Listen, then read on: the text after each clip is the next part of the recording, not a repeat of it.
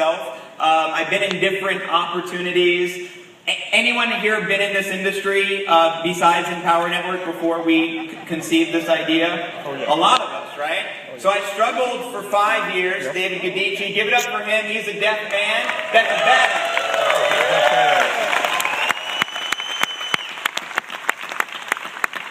But the reason that I'm still here today, and the reason I never gave up when I was in network marketing, was for one reason. I had a dream that was bigger than myself. So I do have the belief that even if I made no money until I died, I still would have tried changing the world. But gratefully, we have the Empower Network, and we're ushering that change.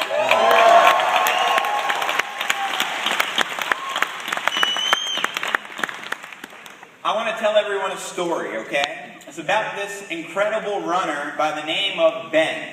And I'm going to paint this story the best that I can on my memory, and I just want you to bear with me. I am a hippie, so I don't have the best memory.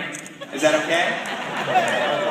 But what made Ben so incredible wasn't necessarily his physical ability. So Ben is a runner, and there was a race. And it was a beautiful sunny day. One of the most beautiful days to run. The air was cool, perfect for breathing. The sky was clear, and everything was just perfect. Ben gets out of the gate, along with about 11 other runners. And I'm using the number 11 because I like that number. Anyone else like 11? Those are our magical superpower numbers, right? So nonetheless, Ben starts running. Everyone else, the other 10 runners, all get in front of him, and Ben falls behind, right? And then they start to outpace Ben, but Ben keeps a steady pace. You know, in running, you don't necessarily, if it's a long distance like a marathon, you don't want to go too fast out of the gate and lose your momentum later on. You want to pace yourself. So Ben was doing to the best of his abilities. Everyone starts to surpass him, right? And then he just starts falling behind, and then he falls. And the reason he falls, he has cerebral palsy, right? It's some physical condition where his bones aren't the same as everybody else. But what makes Ben so special, he gets up, and he keeps running. And he keeps running. And then the other runners are going further and further. He keeps falling more and more behind. He gets back up, and about another minute, he falls down again. This time he busts his face open. There's blood, there's scratches, there's bruises. He gets up again on a mission to finish this race. And he keeps on running. He keeps on going. And he falls down about 7 or 8 more times.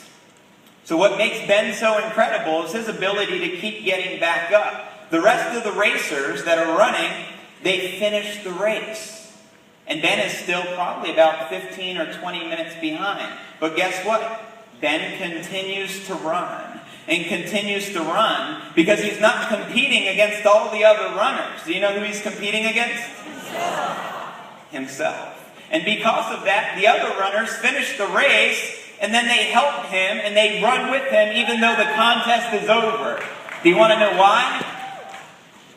Because he's trying to be a better him. Ben's purpose was just to finish the race and become a better than what he did before. He knows he can't compete with the other racers, but he wants to beat his own record. And I say this story because that's how business is. A lot of times we want to compare ourselves to Vic Stritzhouse. You know, we want to compare ourselves to Tracy Walker and Chris Record and Dee Verengia and Aaron and Sophia Rashkin and Christy and Mike Hobbs and Adam Whiting and all these great, phenomenal leaders. But you want to know where you want to focus? On becoming a better you every day. Because when you focus on yourself, other people will help you. Whereas if you compete against other people, no one cares about you. Does that make sense? Yeah.